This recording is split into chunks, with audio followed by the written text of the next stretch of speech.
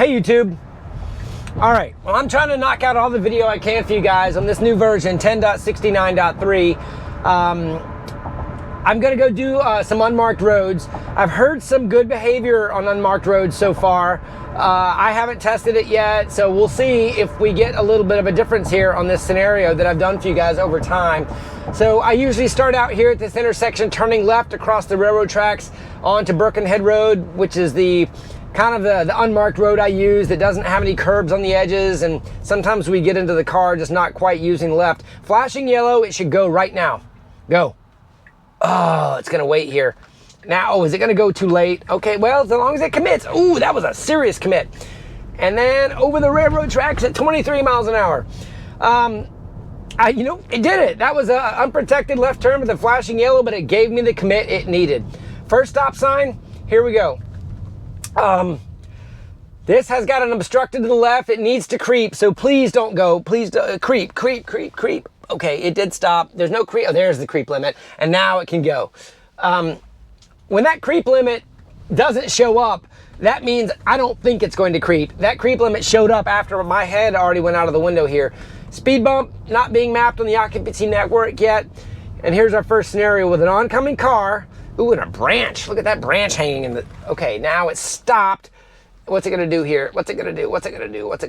Okay. Gosh, why does it turn its steering wheel towards that car? I even got a red sonar ultrasonic sensor because it was turning towards the car. Now that time it did a little bit okay, but okay. That first one was uncomfortable. I did not disengage it because that other car was actually acting like it was okay. Now look at this big truck here. What are we gonna do? It's just gonna wait, and I'm gonna have to disengage here because look, this guy's gonna be like, you're crazy. Okay, so that's me disengaging, turning to the right and going as far to the right of the drivable space as I could, and then re-engaging. So it didn't do that. Using a blinker to go around a parked car, not necessary to use a blinker. Mapping its path, a little bit hesitant there. Speed bump, not putting that on the occupancy network, but it's obvious it's acknowledging it with 17 miles an hour. Stop sign, and I'm in the middle of the road here. Okay, I need to be over here because if another car is coming this way, I don't have enough room over here, just like with that truck in the last scenario. There's no way that truck could go, and the car was the one playing chicken, and the truck was like, you've got to go. I can't fit there. So hopefully they can get these snapshots, and let's see what happens here with this oncoming car. Get to the right and stay there. Okay, it's doing the stop maneuver here, but look at this vector going to the left a little bit. Now that time, it did not creep into the car. That was fine. And I've got another one coming. That does not make me happy. It's going to the left. This car is giving me the slow creep. Okay, it ended up doing it okay, but the intent of these vectors kind of leaning towards the car as they're approaching is what's making me uncomfortable. And I think it's getting the car into some bad scenarios. All right, let me turn around. We'll do some more. Here we go again. I'm loving this scenario today with the truck and the cones, the rush hour traffic. There's another speed bump, and it only got down to 22 that time. We need work on speed bump, guys. If you see me or hear this, you know, I really appreciate some visualizations or something like that. The size of these bumps can really, really vary, and it seems like the program speed is 17 miles an hour. Every speed bump isn't worth 17 miles an hour. Okay, I'm in the road. I got a car coming from the left. It's gonna go anyway. That's fine, plenty of time. But look, it's kind of playing chicken with this car. Get to the right, get to the right. There was so much road over there and it just wasn't using it. Because that car was stopped, I let it do it. There's another speed bump, a little too fast. Here's our parked truck with the cones. It is giving it an honor path to the right. All right, now here we go again. Okay, bam.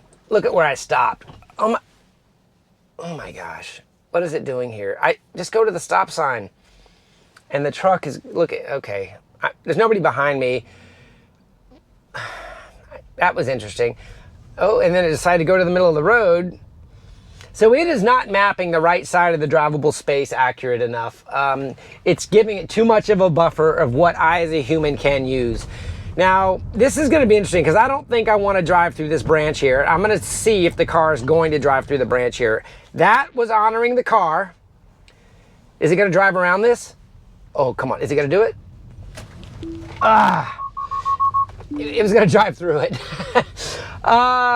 It acted like it knew it was there, but it didn't go completely around it.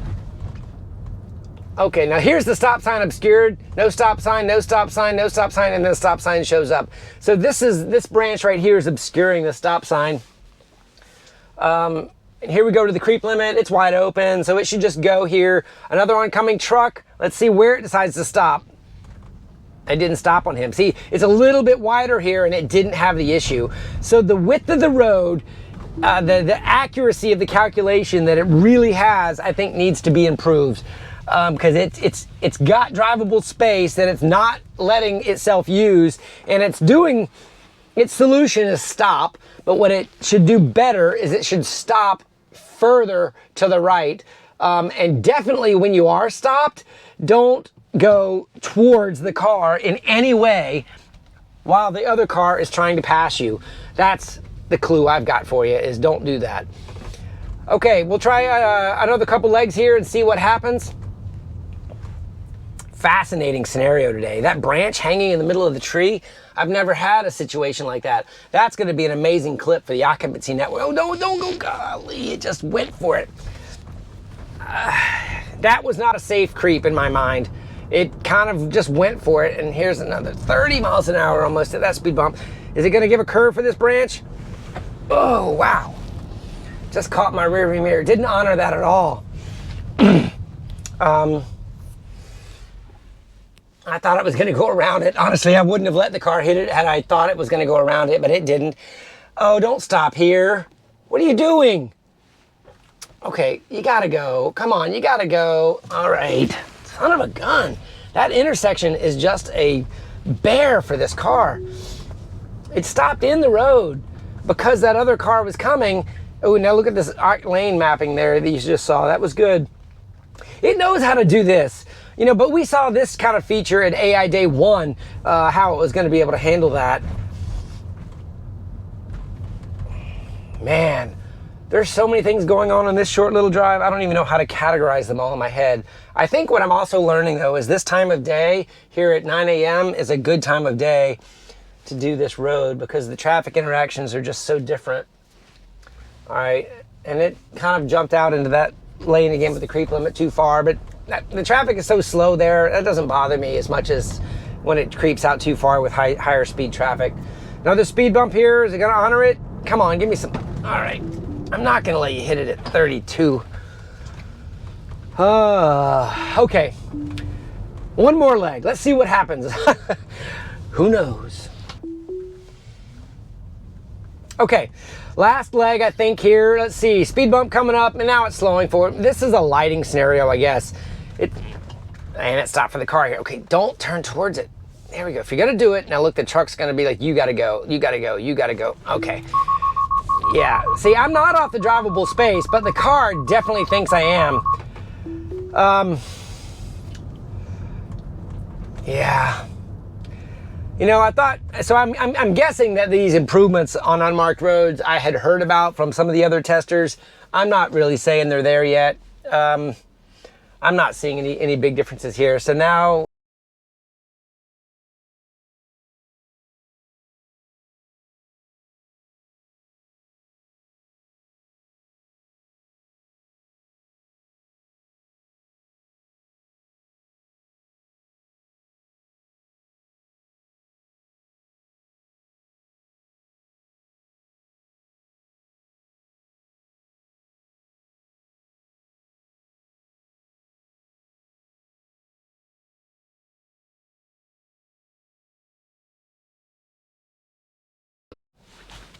okay, my camera's getting hot here. So this is our last leg anyway. Hopefully I can get this video synchronized back up. Oncoming car here, but I really wanted to capture this. Oncoming car going around that traffic where we decided to stop and wait. Ooh, that time it went, okay, don't go back towards the car. You know, I don't think it's going towards the car as much as it's trying to get away from the edge of the drivable space. We got a pedestrian interaction here that'll be interesting. So he's definitely, let's see what happens here. Is the car gonna let him go? And that was interesting. So he didn't show enough intent for the car to go around it. All right, one more try at this branch. Is it gonna go around it or straight through it?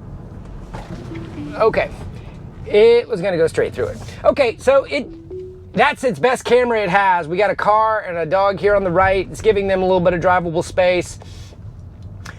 Obscured stop sign again, and there's the stop sign.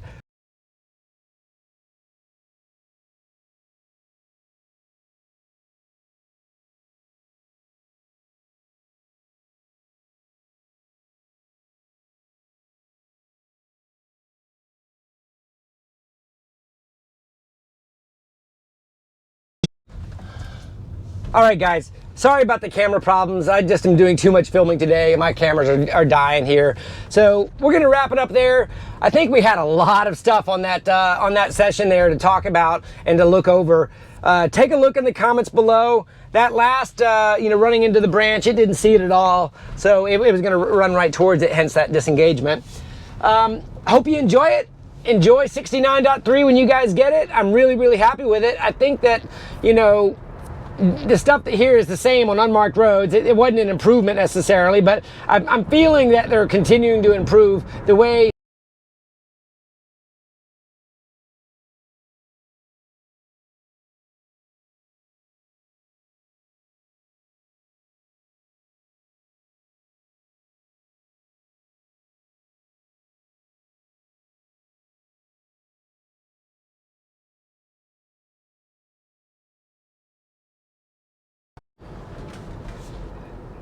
this is the last time. Okay, I think they're continuing to the way the car handles nuances and scenarios. It's not perfect yet, but they're working on it. Leave your comments below. Tell me what you think. Have a great day.